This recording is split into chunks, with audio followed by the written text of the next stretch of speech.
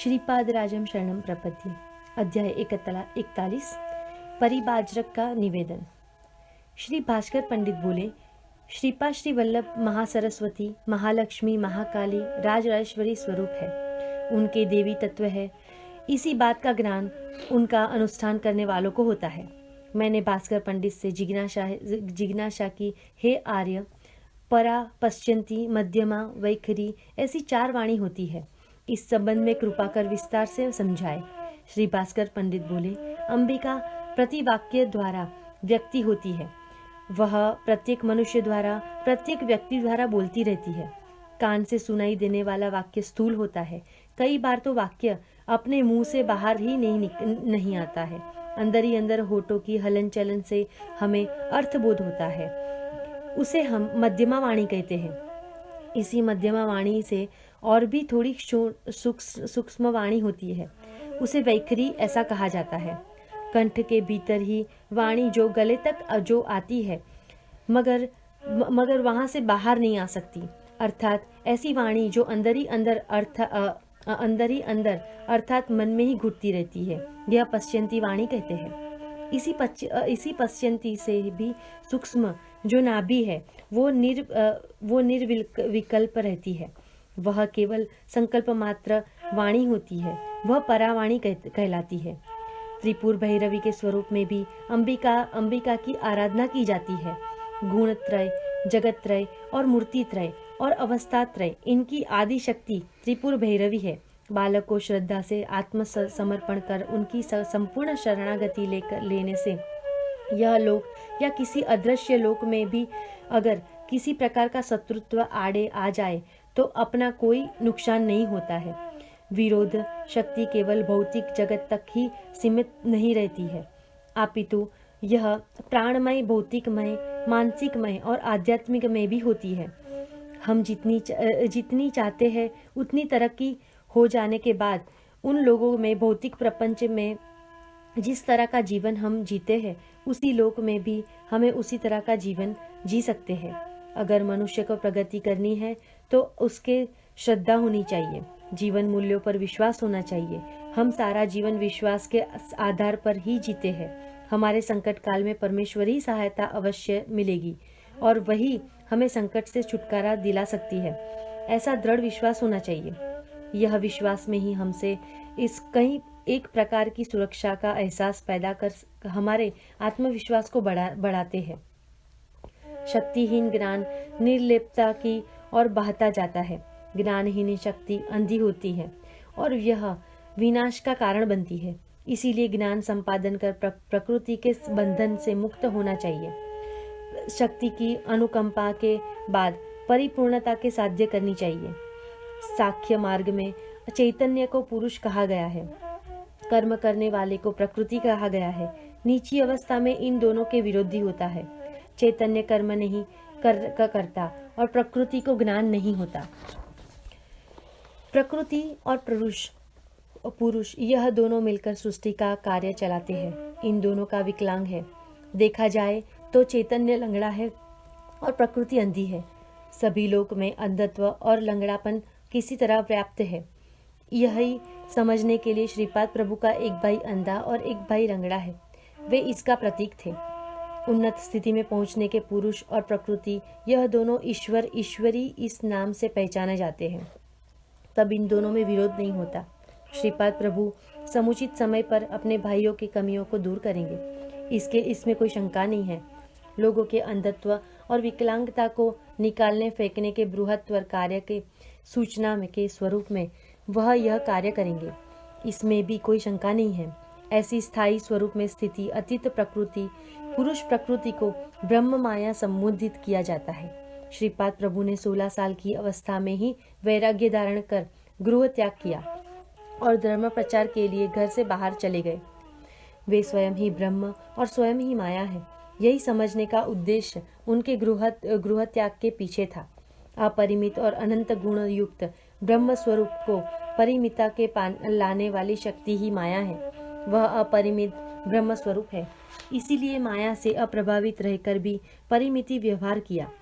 यह दिखाने के लिए श्री प्रभु ने पीठिकापुरम में जन्म लिया। पीठिकापुरम में जन्म लेने का उनका यह उद्देश्य था। 16 साल की आयु में ही माया के संबंधों में न पड़ते हुए भक्त के उद्धार का संकल्प लेकर उन्होंने गृह त्याग किया। संपूर्ण विश्व में श्रीपाद प्रभु की महिमा का विस्तार हो जाने के बाद आने वाली शताब्दी में उनके संकल्प के अनुसार पीठिकापुरम वासियों का भी ज्ञानोदय होगा। श्रीपाद प्रभु की दिव्य चैतन्य शक्ति की मानव चैतन्य विकलांगता और प्रकृति का अंधापन इन दोनों का निवारण करेगी। श्रीपाद प्रभु की लीलाएं सामान्य जनों की समझ से परे है। एक बार एक सन्यासी कुटकेश्वर के मंदिर में आया। वह दत्तात्रेय प्रभु का भक्त था। वह दत्त दीक्षा की दिया करता था। दत्त दीक्षा देने से हमारे नियोजित कामों में बाधा न आकर कार्य सिद्धि होती है, ऐसा वक्तव्य उसने दिया। पीठिकापुरम ने अनेक ब्राह्मणों ने दत्त दीक्षा स्वीकार की। उसी संन्यास दीक्षा देकर साधकों ने दक्षिणा लिया करता था। उसी दक्षिणा का कुछ भाग उससे दीक्षित ब्राह्मणों को देता था। उन्हें ब्राह्मणों को और कुलस्थ के सोच विचार कर दीक्षा ली। लेकिन मंदिरों में आए हुए कुछ लोगों में विवाद हो गया कि दीक्षा ले या ना ले। ब्राह्मण परिषद, क्षत्रिय परिषद, वैश्य परिषद, इनका एक संयुक्त सम्मेलन हुआ। उसी सम्मेलन में अध्यक्ष बापानुचार्य थे। वे बोले, दत्तात्रेय प्रभु सभी के हैं, इसीलिए दत्त दीक्षा सभी लोग ले सकते हैं। 18 वर्ण के सभी लोग सन्यासी महाराज के दीक्षा ले सकते हैं। दीक्षा लेने का यह स्वर्ण काल सभी ले सकते हैं। इसी संबंध में कुछ ब्राह्मणों का यह विचार था कि ब्राह्मण, क्षत्रिय और वैश्य लोग आचार संपन्न होते हैं, इसीलिए वे दीक्षा के पात्र हैं। लेकिन शूद्र लोग अनाचारी होते हैं, इसलिए वे दीक्षा के अधिकार नहीं है। उसकी दक्षिणा लेकर हमें उन्हें अपनी तपोशक्ति से शुद्ध कर सकते हैं। बापानुचार्य बोले, सभी वर्णों में अनाचारवंत लोग होते हैं। कौन क्या है यह कहना बड़ा मुश्किल है। इसीलिए सामूहिक कल्याण, स्थैर्य और क्षेम इसे ध्यान कर रखकर दत्त होम और यज्ञादि कार्यक्रम कर संघ के स्थैर्य और क्षेम का हमें साध कर सकते हैं। दक्षिणा लेकर शूद्रों को दीक्षा न देना ये मुझे अन्यायकारी लगता है। दक्षिणा देकर हमारी तप शक्ति से शूद्रों को शुद्ध कर लेना बाद ब्राह्मण, क्षत्रिय का वैश्यों को भी उद्धार कर सकते हैं। इसीलिए किसी भी कुल को व्यक्ति को अलग से व्यक्ति दीक्षा देने से जरूरत नहीं है। इसीलिए इसके अलावा दक्षिणा भी काफी ज्यादा तय की गई है। प्रत्येक कुल में गरीब लोग होते हैं, वे इतनी ज्यादा दक्षिणा नहीं दे सकते, इसीलिए उनकी इतनी रकम देने के बाद उन्हें कई दिनों तक भूखा रहना पड़ेगा। दक्षिणा ऐच्छिक होनी चाहिए।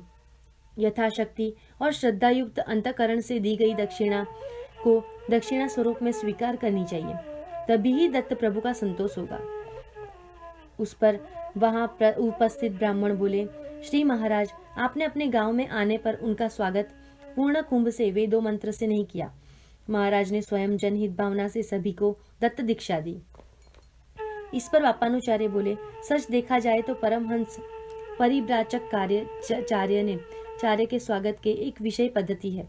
पहले उनके प्रधान शिष्य को उनके आगमन की ब्राह्मण परिषद को सूचना मिलनी चाहिए।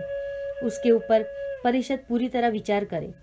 प्रधान शिष्यों के बातचीत कर सारी बातें तय कर लेनी चाहिए। इससे प्रधान शिष्य की बात सबसे पहचान हो जाती है और उसके बाद परिषद योग्य परिव्राजक शिष्य को चुनती है। इसके बाद परमहंस परिव्राजक के नाम से आगमन का निश्चय करते हैं। तब उनका स्वागत वेद मंत्रों से पूर्ण कुंभ से किया जाता है। उसके बाद अनेक शास्त्राचार्य होती है। उसके बाद परिव्राजक महोदय की सूचना के आधार पर यज्ञ, याग, दीक्षा या प्रवचन का आयोजन किया जाता है। लेकिन बिना किसी पूर्व सूचना के परिव्राजक आचार्य कुटकेश्वर में आते ही उन्होंने दीक्षा का प्रस्ताव रखा। गुरु दक्षिणा भी मांगी। यह सब हमारे नियमों के विरुद्ध हुआ। इस पर ब्राह्मण बोले, नियमों का उल्लंघन हुआ या नहीं, इस विचार पर चर्चा का यह समय नहीं है। अब बताइए कि आप और आपके दामाद अपलराज शर्मा दीक्षा लेकर दक्षिणा देंगे या नहीं। बापानुचार्य बोले, सामूहिक स्थैर्य के लिए दीक्षा लेने का हमारा विचार है, व्यक्तिगत लाभ या स्वार्थ के लिए नहीं। हम चूंकि दीक्षा नहीं ले रहे हैं, इसीलिए दक्षिणा भी नहीं देंगे। ब्राह्मण लोग ने ये जिन्हें दीक्षा लेनी है वे स्वेच्छाएं से ले सकते हैं। ब्राह्मण परिषद यह सामूहिक समस्याओं के लिए सामूहिक प्रयोजन के विषयों पर परिषद विचार करती है, व्यक्तिगत दीक्षा या व्यक्तिगत समस्या पर नहीं।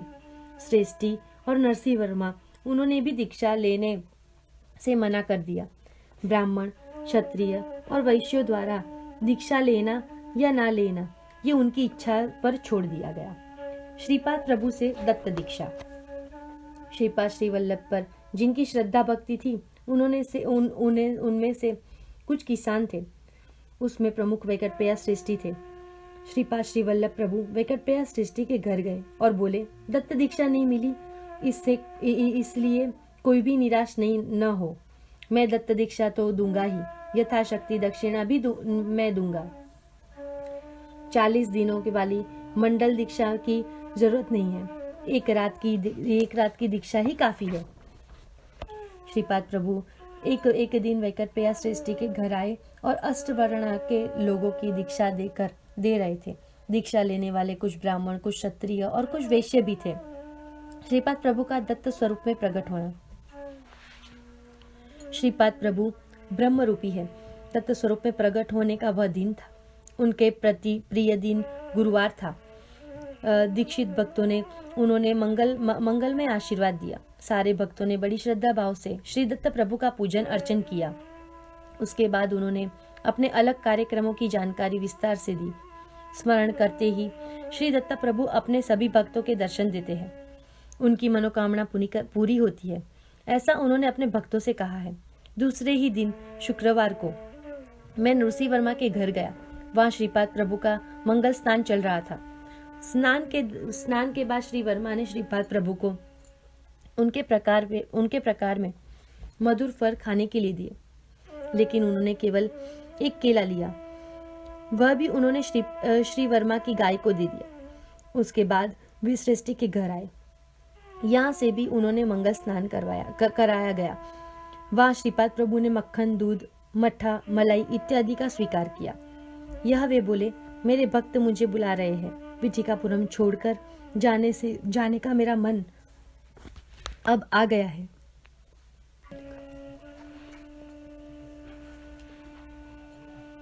श्रीपाद श्रेष्ठी के घर से निकलकर वे अपने नाना बापानुचार्य के घर आए।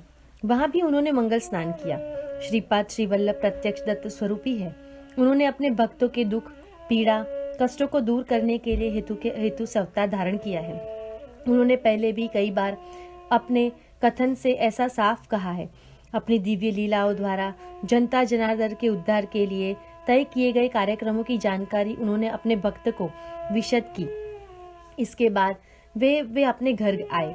श्रीपाद प्रभु की पिठिकापुरम छोड़कर जाने की इच्छा उनके माता पिता को मालूम हो गई थी। उन्होंने श्रीपाद प्रभु को समझाने की बहुत कोशिश की, लेकिन वे अपने निर्णय पर अटल रहे। इसके बाद उनके माता पिता ने उनके विवाह के बारे में बोलना शुरू किया। तब श्रीपाद प्रभु बोले, मैंने अब तक कई बार श्रेष्ठी नाना जी और वर्मा नाना जी को अनघा लक्ष्मी के साथ दर्शन दिया है। उसी दिव्य दंपति को श्रेष्ठी नाना जी की अमराई में विहार करते हुए सभी ने देखा है। ऐसा कहकर उन्होंने अपने दिव्य स्वरूप का दर्शन अनघा लक्ष्मी के साथ माता पिता को करवाया। यह दिव्य मंगल स्वरूप देखकर दोनों भावग्रस्त हो गए और उन्होंने मुंह से बोल नहीं फूट रहे थे। श्रीपाद प्रभु बोले, मैं अब अवधूत रूप में आया था, तभी घोषणा की थी, और जब भी मेरे विवाह का प्रस्ताव आएगा मैं गृह त्याग कर दूंगा। इतना कहकर श्रीपाद प्रभु ने अपने दोनों भाइयों को स्पर्श किया। उन्होंने अपनी अमृतमय दृष्टि से उनकी ओर देखा। तुरंत अंधु बंधु को दृष्टि मिल गई। विकलांग भाई चलने लगा। उसी दिव्य स्पर्श से उन्होंने ज्ञान भी प्राप्त हुआ और ज्ञान तेज से चमकने लगे। यह सब देखकर श्रीपाद प्रभु के माता पिता को आश्चर्य युक्त आनंद का धक्का लगा। वे कुछ न बोल सके। उसी समय नाना बापानुचार्य, नानी राजमांबा, वेंकटप्रिया श्रेष्ठी और उनकी पत्नी वेंकटप्रिया सुब्बम्मा और नरसिंह वर्मा और उनकी पत्नी राजमा अम्बा वहाँ आए। श्रीपाद प्रभु सभी से बड़े मजे से हंसी मजाक कर रहे थे। सुमति महारानी बोली, तुमने कहा था कि मैं सारी जिम्मेदारियां पूरी करके जाऊंगा। तुमने अब तक वेंकटप्रिया सृष्टि की दूध की बाकी, वर्मा की दूध की बाकी और मल्लादी की दूध की बाकी पूरी नहीं की है। श्रीपाद प्रभु बोले, माँ, आप जो कह रही है वह सत्य है। इन 3 वंश के लोगों को मैं कभी नहीं भूलूंगा। मैं भूल भी जाऊं तो भी तुम याद दिला देना। इन सब में योग्य सेवा कराकर मैं उन्हें वर प्रदान करूंगा। तुम्हारे पियर के किसी एक घर में जाकर मैं भोजन किया करूंगा, लेकिन दक्षिणा स्वीकार नहीं करूंगा। तुम्हारे पियर के सारे लोग मुझसे बड़े प्रेम और वात्सल्य रखते हैं और मुझे दामाद कहते हैं। यह मानवीय संबंध स्वीकार कर मैं उनके दामाद के योग्य बर्ताव किया करूंगा। इतना कहकर श्रीपाद श्री वल्लभ पिता की तरफ देखकर बोले, तात, अपने दंडीकोट वंश में अनेक वर्षों से वेद परंपरा शुरू है। अब मेरे दोनों ज्येष्ठ भ्राता वेदांत शर्मा संपन्न महापंडित हो गए हैं। वे हमारी वेद परंपरा चलाएंगे। दंडीकोट वंश के लोग का मुझे कभी भी विस्मरण नहीं होगा। श्रीपाद प्रभु कुछ ही क्षणों आंखें मूंद कर बैठे और फिर बोले, अपने श्रीधर शर्मा अगले जन्म में एक समर्थ रामदास के नाम से महाराष्ट्र में जन्म लेंगे। वे महापुरुष होंगे। नरसिंह वर्मा ने छत्रपति शिवाजी इस नाम से जन्म लेकर महाराष्ट्र के राज्य में स्थापित करेंगे और समर्थ रामदास का शिष्यत्व स्वीकार करेंगे। इसी प्रकार हमारे पूर्व संबंध बंधुरथ ही बने रहेंगे। समर्थ रामदास स्वामी के भाई श्रीधर शर्मा शेगांव के क्षेत्र में गजानन नाम से महायोगी होंगे। उनके कारण शेगांव की महिमा अपरंपार बढ़ जाएगी। भाई राज शर्मा श्रीधर नाम से जन्म लेकर महायोगी वेंकटप्रिया होंगे। श्रीधर के शिव परंपरा युक्त इस पीटिकापुरम में मेरे आंगन में महासंस्थान का निर्माण होगा। सृष्टि के साथ अपने संबंध स्थिर स्वरूप में होंगे। इतना ही नहीं, उनके बाद वस्तवाई परिवार में लोग आएंगे। यहाँ सावित्री पन्ना का पारायण होगा। इतना कहकर श्रीपाद प्रभु रुक गए और उन्हें वेद पाठ अतिशय प्रिय था। अनेकों बार जब वेद पाठ चल रहा होता होगा तब वे अंतर्लीन हो जाया करते थे और उसी समय वेद पाठ का विप्रगण अत्यंत श्रद्धा भक्ति से श्री मुख की ओर देखते हुए वेद पाठ शुरू रखते थे। श्रीपाद श्री वल्लभ की जय जयकार हो। श्रीपाद राजम शरणम प्रपद्ये।